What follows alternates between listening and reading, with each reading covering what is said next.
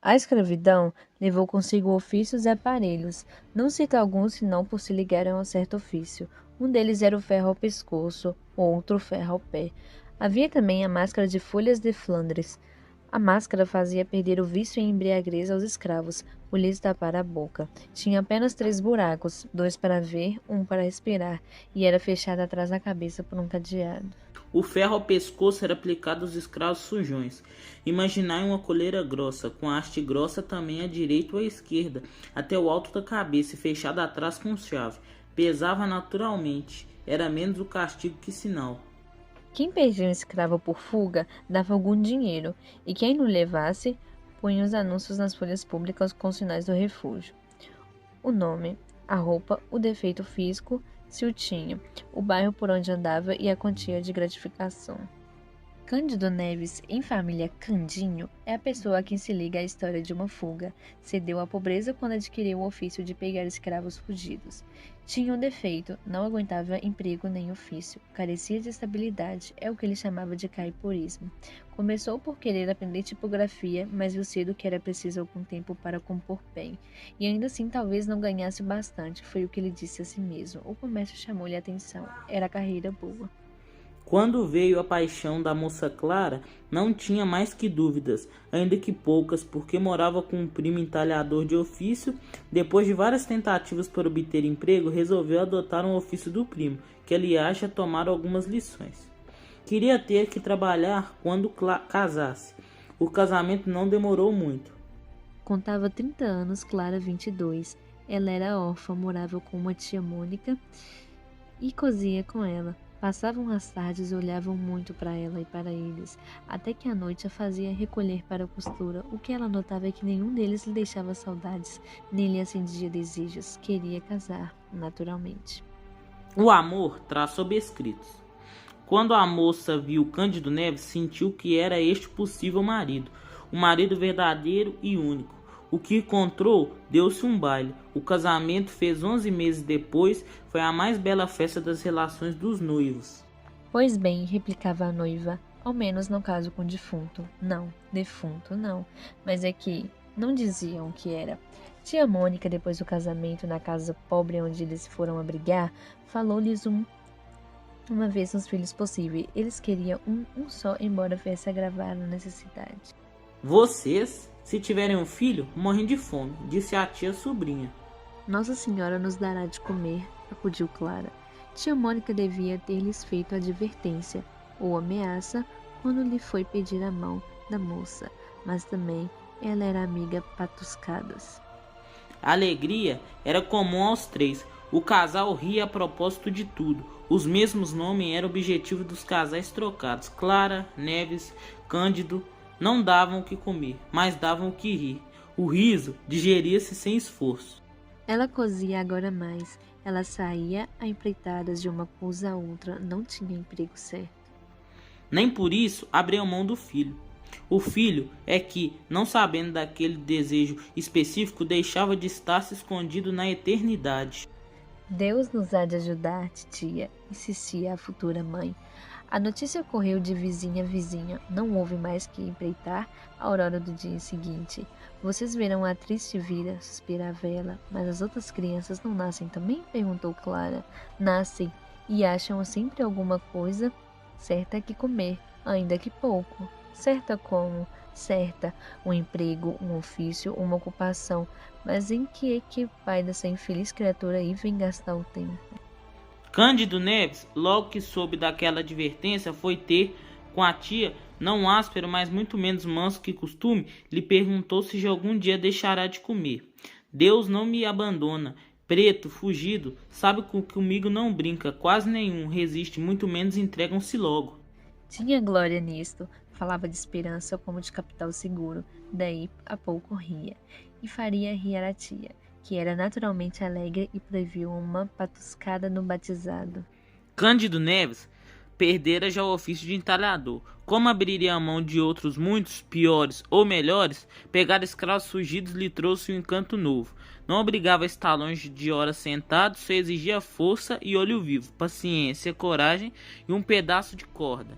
Cândido Neves lia os anúncios, copiava-os, metia-os no bolso e saía às pesquisas. Tinha boa memória, fixados aos sinais e aos costumes de um escravo fugido. Gastava pouco tempo em achá-lo, segurá-lo, amarrá-lo e levá-lo. A força era muita e a agilidade também. Mais de uma vez à esquina, conversando de coisas remotas, ia passando o escravo com os outros e descobria logo que ia fugido. Quem era, o nome, o dono, a casa deste e a gratificação. Interrompia a conversa e lá atrás do vicioso. Não o apanhava logo. Espreitava no lugar azado e um lugar tinha um salto, a gratificação nas mãos. Nem sempre saía sem sangue. As unhas e os dentes do outro trabalhavam, mas geralmente ele os vencia sem um menor arranhão. Um dia os lucros entraram a escassear. Os escravos fugidos não vinham já como antes, meter-se nas mãos de Cândido Neves. A vida fez-se difícil e dura. Comia-se fiado e mal, comia-se tarde. O senhor mandava pelos aluguéis. Clara não tinha sequer tempo de remendar a roupa ao marido. Tanta era a necessidade de correr para fora. Tia Mônica ajudava a sobrinha naturalmente. Quando ela chegava à tarde, via-lhe-se pela cara que não trazia vintém. Jantava e saía outra vez, à cata de algum fugido. Certa vez capturou um preto livre. Desfez-se em culpas, mas recebeu grande soma de murros que lhe deram o parente do homem.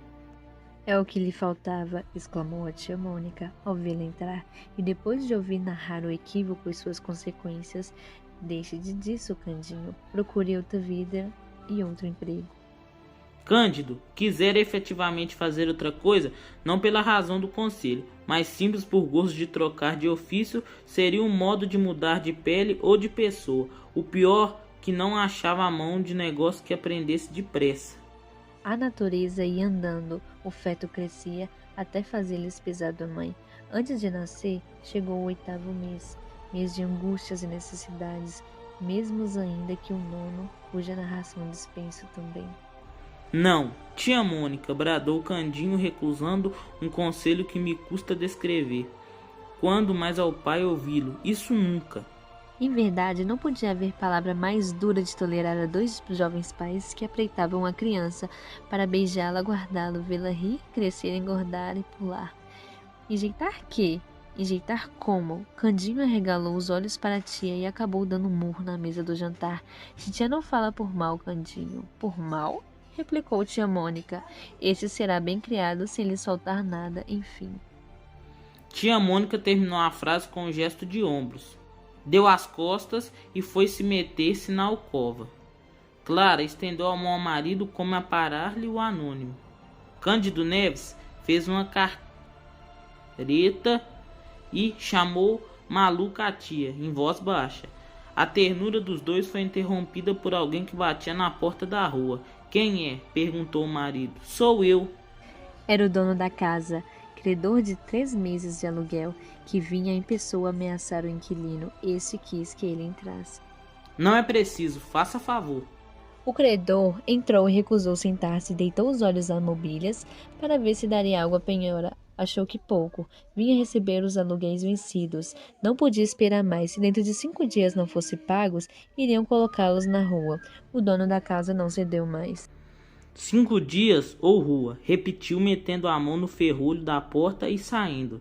Candinho saiu para o outro lado. Nesses lances não chegavam nunca ao desespero. Contava com algum empréstimo, não sabia nem como ou onde, mas contava.